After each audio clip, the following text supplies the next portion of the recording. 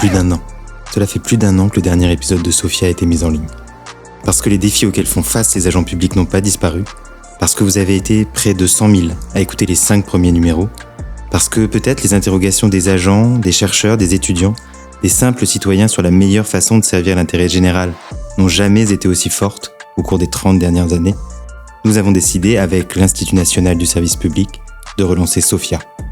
Toujours immersif, toujours tourné vers le terrain, toujours convaincu que l'État est parfois une boîte noire, qu'il faut ouvrir pour mieux la comprendre et continuer d'améliorer la façon dont on rend le service public, de renforcer sa lisibilité, d'augmenter son impact au service des Françaises et des Français. Bienvenue dans Sophia, saison 2.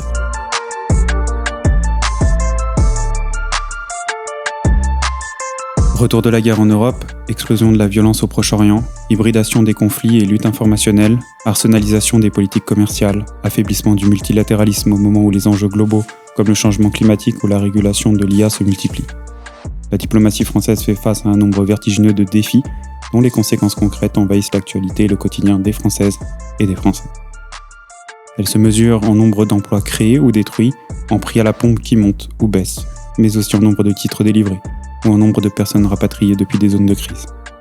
Les affaires étrangères sont devenues les affaires de tous au moment où le monde devient de plus en plus dur, au moment également où le ministère de l'Europe et des Affaires étrangères est engagé dans un agenda de transformation de la diplomatie française. Pour comprendre en quoi consiste cet agenda, qui sont celles et ceux qui défendent les intérêts de la France à l'étranger, dans 170 pays, à l'ONU ou à Bruxelles, pour comprendre comment leur métier évolue à l'heure des prédateurs, pour reprendre la formule de Giuliano d'Ampoli, nous accueillons Julien Steimer, directeur général de l'administration et de la modernisation du Quai d'Orsay. Bonjour Julien Steimer. Bonjour. Julien Steimer, vous pilotez depuis 2022 l'ensemble des fonctions support du 3e réseau diplomatique du monde. Les affaires financières, le recrutement et la formation des diplomates, les ressources humaines, l'immobilier dans 170 pays, la sécurité des emprises et des communications dans un monde où les crises se multiplient. Avant cela, vous avez eu des responsabilités dans le secteur privé, au sein du groupe AXA. Vous avez également été le directeur de cabinet du ministre de l'Agriculture, après un début de carrière en tant que diplomate à Paris et à Bruxelles. Ce parcours fait de mobilité dans différentes administrations et dans l'entreprise vous permet de répondre à la première question. Selon vous, l'art de la diplomatie ne repose-t-il ainsi que sur les bavardages et des modalités stériles, comme l'a écrit Aurélien Bélanger ? Je propose à Aurélien Bélanger de venir à la rencontre de mes collègues. 4000 d'entre eux sont dans des pays compliqués, avec des conditions de vie en matière de sécurité, en matière d'accès à l'eau, l'électricité, en matière de niveau de pollution, qui sont extrêmement compliqués. Je ne verrai que des avantages que Aurélien Bélanger et moi-même, on pense, en répondant à cette question, aux 1700 agents qui aujourd'hui travaillent dans des pays en crise ou des pays en guerre, qui, à la moindre alerte, sont obligés de s'installer sous les ambassades, dans des bunkers, dans des shelters, afin de se protéger. Je pense, en écoutant votre question aussi, aux collègues qui, à Nantes comme à Paris, réceptionnent plus de 7000 appels de concitoyens en difficulté partout dans le monde chaque année. Je pense aussi auprès des 1000 compatriotes qui, dans les théâtres de crise, ont été évacués, tout ça par des collègues qui, quel que soit leur statut, mais qui ont la passion de l'intérêt général, des intérêts de la France et de la sécurité de nos compatriotes, sont prêts à prendre des risques pour leur vie, pour leur famille, afin de nous protéger et de nous défendre. Eh bien, l'invitation est lancée. Aurélien Bélanger, si vous passez par là. On est très heureux qu'ils puissent venir découvrir celles et ceux qui, par leur visage, leur esprit et surtout leur cœur, font du ministère de l'Europe et des Affaires étrangères non pas un ministère de la parole, mais un ministère de l'action. C'est ça qui fait la singularité des diplomates parmi les En fait, la publics. diplomatie, c'est d'abord une pensée. C'est une pensée à la fois des intérêts de la France et de nos compatriotes, dans une vision du monde bien chaotique en ce moment, et qui se traduit par des mots qui s'incarnent dans les actions. Et en fait, l'une des spécificités de la diplomatie, même si moi j'aime pas trop parler des spécificités, moi je pense notamment que les diplomates au sens le plus statutaire du terme n'ont pas le monopole de la diplomatie, et j'y reviendrai dans un instant. Ils n'ont pas le monopole de la diplomatie, mais ils ont des compétences propres. Ce qui me paraît important à souligner, c'est que c'est un métier, toute une série de métiers qui permettent, dans un même élan, d'associer la pensée, la parole et l'action. Et il y a 1000 exemples que je pourrais vous donner, que ces exemples aient lieu dans nos services culturels, dans nos instituts français, dans nos ambassades, dans les organisations internationales, dans les collectivités locales, auprès de nos compatriotes, évidemment à l'étranger, mais aussi nos compatriotes de métropole et d'outre-mer. Je crois que c'est ça la singularité du métier de diplomate, c'est de pouvoir concilier en un même instant et en un même élan la pensée, la parole et l'action. Vous savez, comme d'autres, en 2022, j'ai été très surpris d'apprendre que les agents du Quai d'Orsay se mettaient en grève. C'était au moment de la réforme de l'encadrement supérieur et de la suppression du corps diplomatique. Dès lors, qu'est-ce qu'il en reste de cette grève ? Alors les diplomates, les collègues du ministère de l'Europe et des Affaires étrangères, quel que soit leur statut et leurs origines, ont dû se mettre 2 fois en grève dans les 4 derniers siècles. Et donc, moi, en tant que diplomate, j'ai pris cette situation avec beaucoup de sérieux, même si à l'époque, je ne servais pas encore au ministère de l'Europe et des Affaires étrangères. Et je crois que, quoi que l'on pense de la nécessité de réforme de la haute fonction publique, peut-être qu'on pourra en dire un mot si vous le souhaitez, les diplomates ont ressenti la transformation de leur statut comme un doute, sans doute, sur leur spécificité, leurs compétences, la sorte de vocation qui en fait les anime très profondément dans l'exercice de toutes leurs fonctions tout au long de leur vie et de leur parcours professionnel. Et donc c'est toujours important dans les organisations, surtout aujourd'hui où les organisations, qu'elles soient privées ou publiques, sont confrontées à une question d'engagement des collaboratrices et des collaborateurs, de sens. Une grève est toujours un moment qu'il faut regarder de façon très, très sérieuse et très attentive. Par ailleurs, je pense que cette grève cristallisait des inquiétudes et des doutes que les agents du ministère de l'Europe et des Affaires étrangères ressentaient, qui allaient bien au-delà de la question statutaire, notamment sur quel est l'avenir de la diplomatie, comment la diplomatie s'exerce, et comment le fait-on au ministère de l'Europe et des Affaires étrangères, où quand même les investissements publics et les moyens ont drastiquement baissé au cours des 20 dernières années, alors même que nous avons souhaité, et je crois que c'est une bonne décision stratégique, conserver une présence mondiale et universelle. Et deuxièmement, alors même que les champs de la diplomatie se sont multipliés, il y a une 20aine d'années, la diplomatie climatique n'existait pas. Or, les accords de Paris sur le climat ou les accords récents sur les océans à Nice ont été faits par des diplomates. La diplomatie du numérique qui s'ébauche pour des régulations mondiales et qui sont sans doute au cœur aujourd'hui de la relation notamment transatlantique, sont aussi des sujets qui n'étaient pas couverts par la diplomatie il y a quelques années et qui font l'objet aujourd'hui d'une expertise et d'une attention particulière de nos collègues. Donc la crise, elle a été multiforme et je crois que la singularité, je reprends votre nom de ce moment, c'est que collectivement on a décidé, face à la grève, d'essayer de tirer de cette situation, aussi inconfortable soit-elle, une élan de transformation pour traiter des problèmes que nous avions et que peut-être pour des raisons X ou Y, nous n'avions pas mis ni l'énergie ni le temps de traiter ensemble. Et c'est votre rôle, ça, d'entretenir cet élan, cette dynamique de transformation et d'innovation. Le premier rôle qui fut le mien, mais qui fut un rôle collectif et partagé par l'ensemble des dirigeants du ministère de l'Europe et des Affaires étrangères, y compris par ses autorités les plus hautes, le président de la République, le ministre de l'Europe et des Affaires étrangères, à l'époque Catherine Colonna, a été d'abord de prendre le pari de donner la parole et de donner la parole aux agents, mais aussi à ceux qui bénéficient de nos services.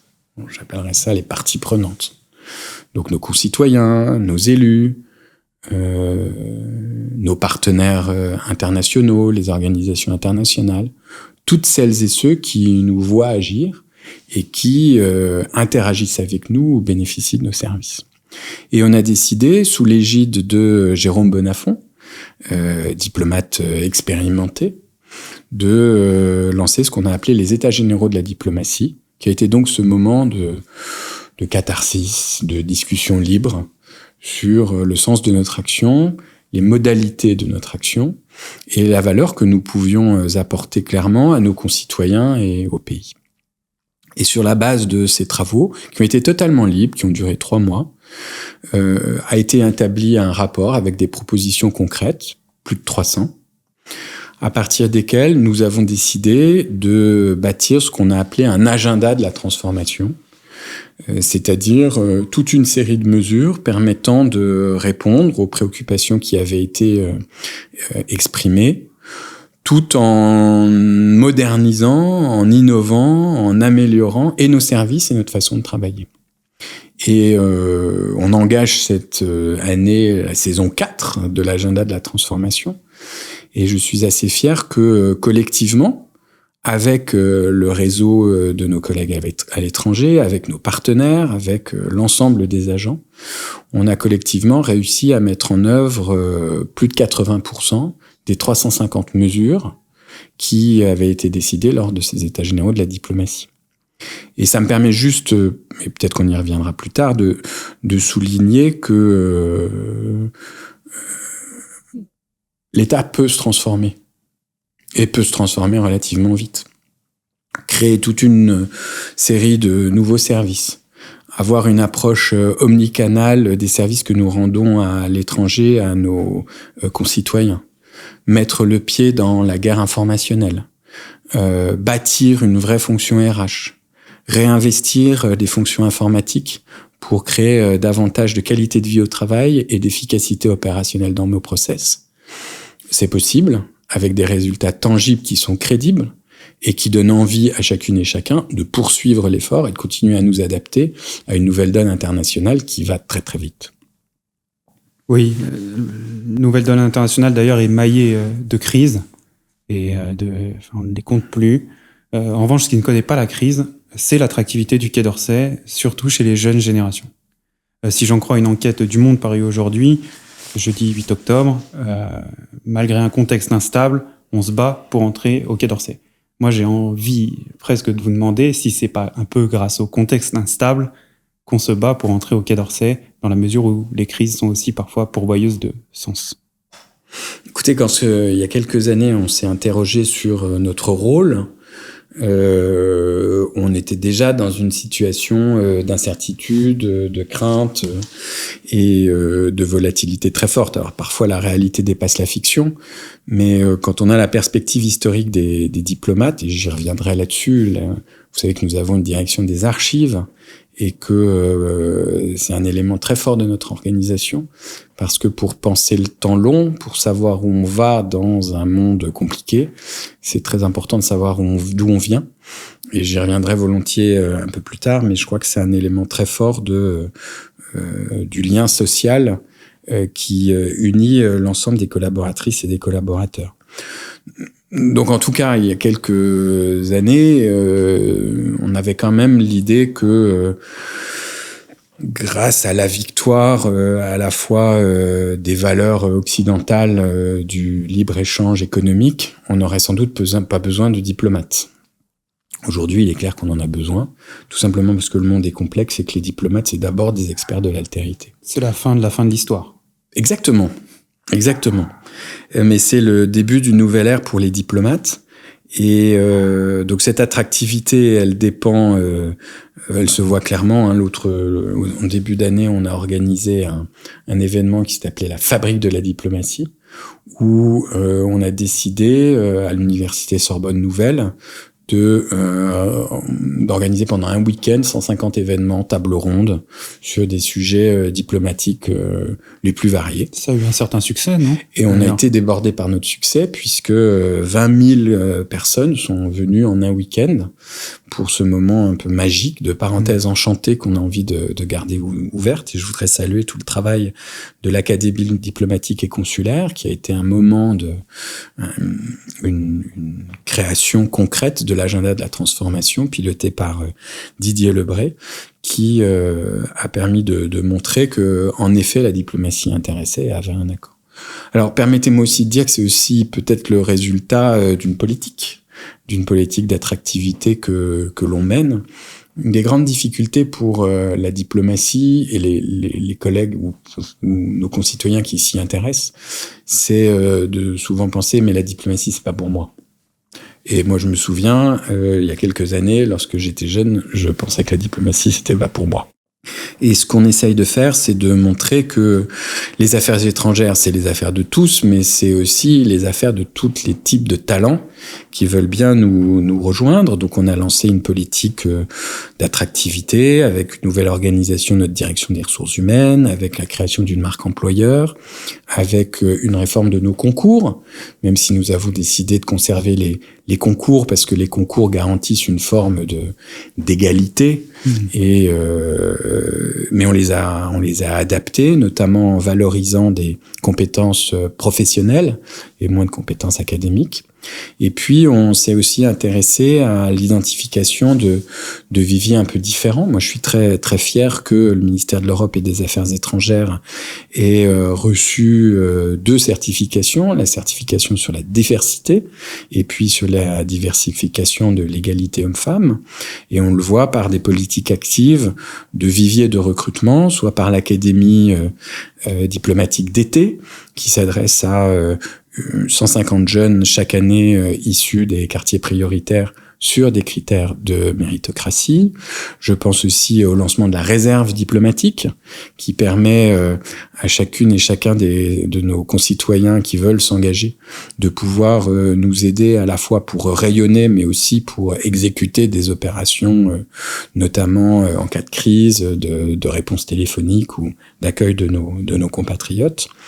Et puis je voudrais souligner aussi qu'en ayant réformé les concours, on a pu attirer de nouveaux talents, notamment avec l'INSP, qui est désormais notre opérateur pour le concours dit d'Orient, qui permet de sélectionner des talents spécialisés sur l'ensemble des civilisations et des langues à l'est et au sud de l'Europe. Et on voit que depuis que nous avons lancé cette collaboration avec l'INSP, nous avons en gros une 20% de plus de candidats sur ces concours.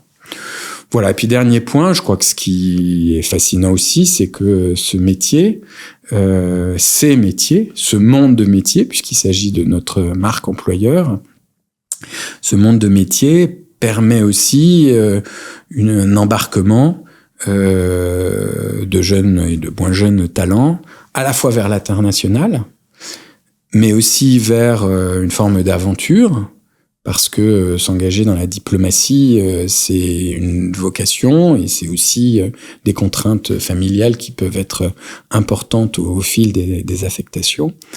Mais que cette porte ouverte à la fois sur le monde, sur son altérité, sur des parcours très différents, et ce avec un sens qui est le sens de l'intérêt général, du service de nos compatriotes, c'est évidemment des atouts très forts pour notre organisation. Et pourquoi, je reviens un peu là-dessus, mais pourquoi vous considériez que c'était pas fait pour vous ? Et qu'est-ce que vous auriez aimé dire à l'étudiant Julien Steimer ? Moi, je considère que c'était pas pour moi parce que j'ai grandi à Dijon. La première fois que je suis allé à l'étranger, j'avais 15-16 ans. Et c'était en Allemagne.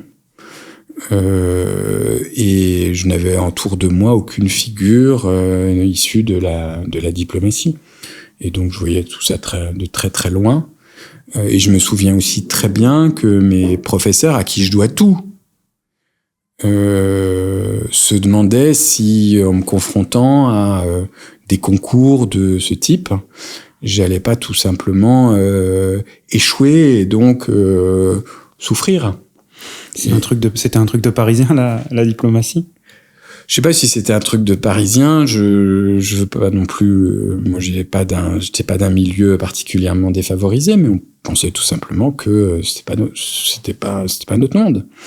Et donc, ce qu'on veut démontrer, et je crois que ça marche bien par les outils que j'évoquais tout à l'heure, c'est que chacun peut y avoir sa place, et notre besoin est de bénéficier de talents qui ont des origines et des compétences différentes. Et d'ailleurs, je tiens à le dire, on travaille aussi beaucoup sur la question de la mobilité, qui sont d'autant d'opportunités pour les diplomates de pouvoir, le plus tôt possible dans leur parcours, aller se confronter à d'autres cultures d'organisation, dans les institutions communautaires, dans les organisations internationales, dans les ONG, dans les entreprises, pour pouvoir développer des compétences diplomatiques et des compétences techniques dont l'État peut avoir besoin.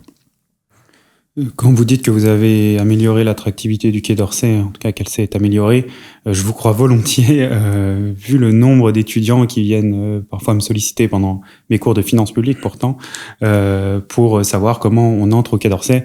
Alors est-ce que vous pouvez m'aider à leur répondre et là, à ce micro, leur dire comment on entre au ministère des Affaires étrangères? Donc ce que je crois, c'est que d'abord, il y a plein d'opportunités pour rentrer dans l'écosystème Affaires étrangères et diplomatie. Et donc, je vous ai évoqué tout à l'heure l'Académie diplomatique d'été. On va lancer aussi un programme qui va donner l'opportunité à des diplomates de retourner dans leur lycée ou dans leur collège pour expliquer ce que sont les métiers et incarner cette possibilité d'en être. Avec une association pilotée par notre collègue Muriel Demenac, nous allons aussi lancer un partenariat avec l'Association française des professeurs d'histoire et de géographie pour essayer de leur donner des contenus, notamment sur les questions chaudes et urgentes du moment en matière de diplomatie. J'évoquais tout à l'heure le programme de l'Académie diplomatique d'été. Je voudrais aussi souligner les nouveaux programmes de stage, les nouveaux programmes d'alternance, les nouveaux programmes de volontariat international qui font que chaque année, on a 2000 opportunités en France comme à l'étranger pour des jeunes qui voudraient s'engager. Et j'ajoute ce que j'évoquais aussi, le lancement de la fabrique de la réserve diplomatique, qui nous permettra aussi d'animer des communautés de passionnés des questions internationales. Et puis deuxième point, qui me paraît important, c'est de regarder en face le visage des diplomates aujourd'hui.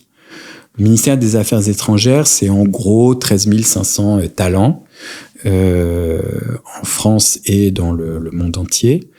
Et ce qu'on souvent on ne sait pas, c'est que parmi eux, il y a un tiers de fonctionnaires qui ont passé les concours, mais nous offrons aussi un tiers de possibilités de participer à l'aventure dans le cadre de contrats. Et enfin, nous recrutons un tiers de nos collaboratrices et de nos collaborateurs directement dans les pays dans lesquels nous sommes implantés, soit par le biais de nos ambassades, soit par le biais de nos services culturels, de nos alliances françaises et de nos instituts culturels.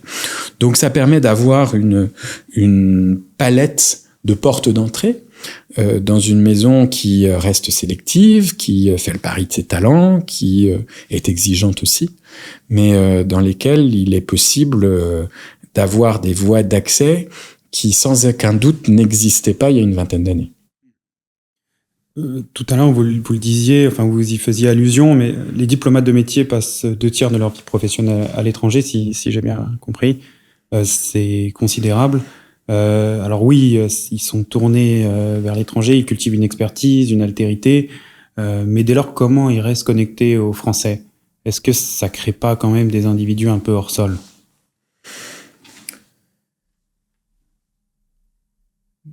Premièrement, je crois qu'ils sont animés dans l'exercice de leur fonction à l'étranger, par une vision absolument claire de ce que sont les intérêts de la France et les intérêts des Français. Et on est un vrai service public. Et on l'est évidemment pour nos 3,5 millions de compatriotes à l'étranger, qui bénéficient aujourd'hui de services offerts par le ministère de l'Europe et des Affaires étrangères qui sont totalement innovants. Aujourd'hui, aux élections nationales, 75% des votes, des suffrages sont exprimés à distance par Internet.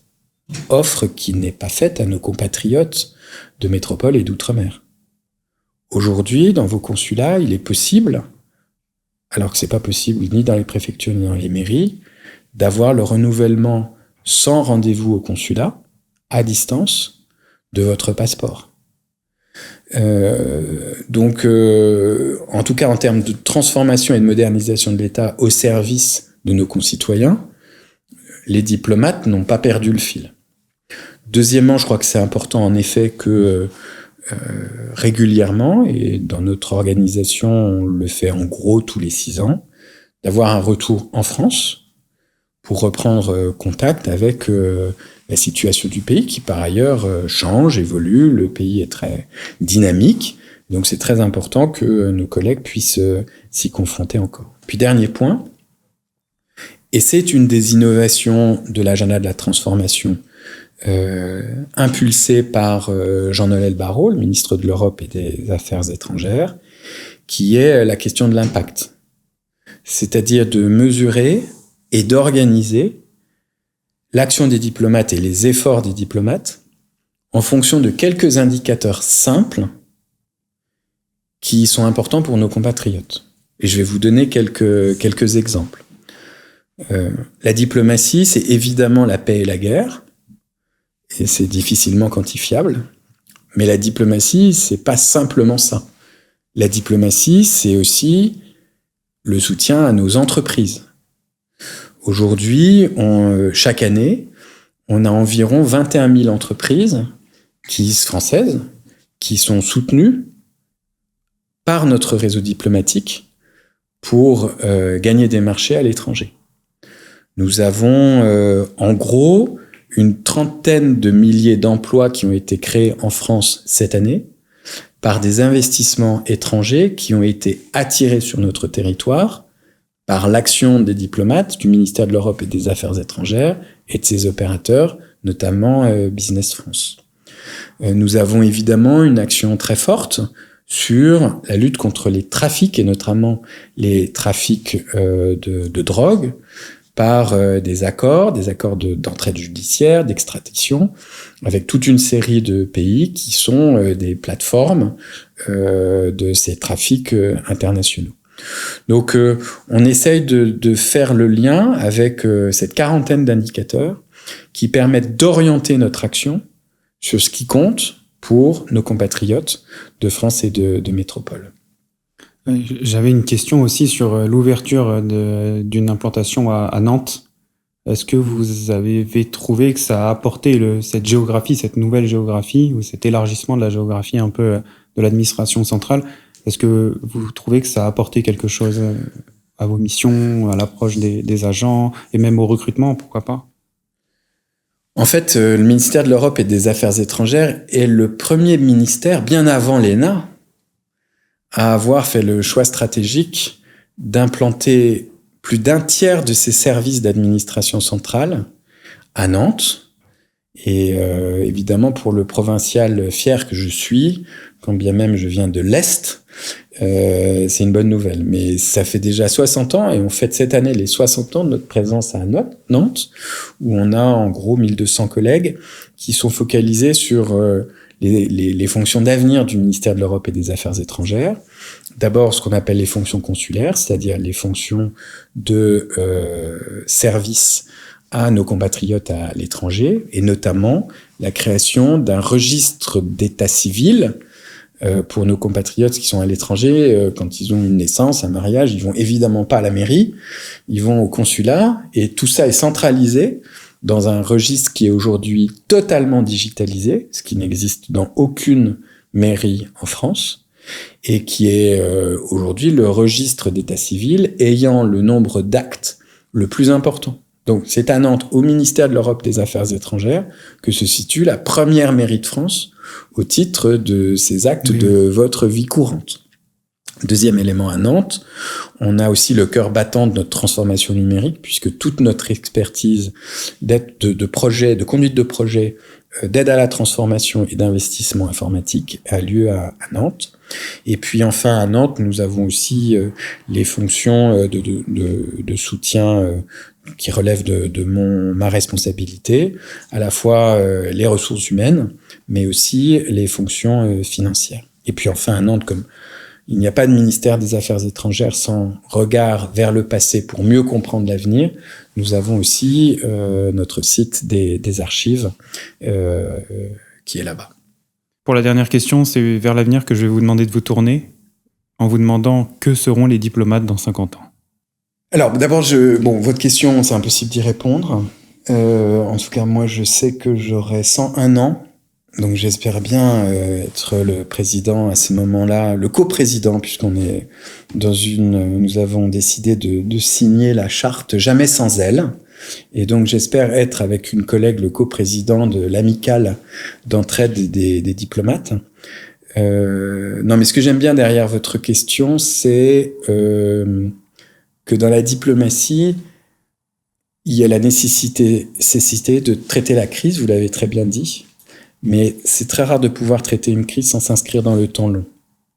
Et d'ailleurs, incidemment, vous m'avez interrogé tout à l'heure sur un processus de transformation. Un processus de transformation nécessite de la part des responsables de ce processus de pouvoir gérer l'immédiat, l'urgence d'une crise sociale, d'une grève, comme vous l'avez évoqué, mais de pouvoir aussi tracer des perspectives à moyen terme, parce que toute transformation, notamment organisationnelle, mais surtout culturelle, est lente et prend du temps. Et donc, se projeter à 50 ans, c'est typiquement diplomatique, parce que ça vous oblige à sortir de la tyrannie du quotidien et à pouvoir essayer de vous projeter. Alors, je suis désolé, j'ai pas mon téléphone portable avec moi, mais on pourrait regarder ce que répond le chat sur la question que sont les diplomates en 2050, et je suis sûr qu'ils vous répondront un truc du genre les diplomates seront augmentés, ils feront du cyber, ils auront plus besoin de traduire, tout ça sera automatique, et puis voilà, je vous mets au défi de... Voilà. Moi, je pense que c'est sans doute vrai. Et d'ailleurs, nous faisons aujourd'hui des investissements informatiques sans doute insuffisants, mais qui sont très, très importants, notamment en termes d'infrastructures informatiques, d'outils de gestion de données qui nous permettent de gagner en efficience, et un petit peu d'intelligence artificielle, et on va essayer de le faire en interministériel parce qu'il n'y a pas vraiment de raison. Enfin, je pense que nous n'avons pas l'échelle pour pouvoir avoir des investissements massifs qui nous permettent en interne de concurrencer le marché. Mais donc on le fait. Moi, je pense quand même que ce qui restera absolument, c'est le besoin d'une intelligence humaine. Et la diplomatie, plus elle est efficace, plus elle est organisée, plus elle est dans un monde compliqué où les valeurs occidentales sont contestées, où certains vont jusqu'à identifier un nouveau Sud global, etc. Plus que jamais, pour défendre les intérêts de nos compatriotes et les intérêts du pays, il faudra être capable de monter des coalitions, de comprendre l'autre, et de le faire de façon à la fois culturelle et intuitive. Et je pense que tout augmentés qu'ils seront, les diplomates resteront des intelligences ultra-humaines, très formées sur le temps long, sur l'expertise passée, sur la compréhension de l'autre, sur la langue. Et aucun outil de traduction automatique ne vous permettra de comprendre ce que vous comprenez quand vous apprenez une langue liée à la grammaire ou à la syntaxe d'une langue étrangère. Quand vous parlez à des partenaires qui, dans leur langue, n'ont pas de négatif, donc le mot « non » ne se traduit pas, ou qui, dans leur langue, n'ont pas de futur, vous avez beau avoir un outil d'intelligence artificielle qui vous traduit automatiquement, tant que vous ne l'avez pas appris vous-même et expérimenté humainement, vous ne comprenez pas l'univers mental de votre partenaire avec lequel, quoi que vous fassiez, si vous voulez défendre les intérêts de la France, de l'Europe et de nos compatriotes, vous devrez prendre en compte les leurs pour pouvoir avancer. Et donc, moi, je suis extrêmement optimiste, et ce qui me rend extrêmement optimiste aussi, c'est quand je vois la qualité de nos recrues, de nos jeunes sous-directeurs et jeunes sous-directrices, qui sont à la fois complètement immergés dans la vie quotidienne de nos compatriotes en France, qui sont complètement immergés dans cette dualité du monde digital et du monde physique. Et la preuve, c'est l'ensemble des nouveaux services de guerre informationnelle que nous venons de lancer, à la fois en termes de veille, mais aussi maintenant de réponse offensive, notamment avec le nouveau compte X French Response. Je suis extrêmement optimiste, à la fois sur le métier et sur la qualité des talents qui pourront l'exercer au service des intérêts de notre pays, de nos compatriotes et puis de nos valeurs. Je crois qu'on ne peut pas mieux conclure cet entretien que sur cette note d'optimisme. Merci Julien Steimer. Merci beaucoup et rendez-vous dans 50 ans alors. On y sera.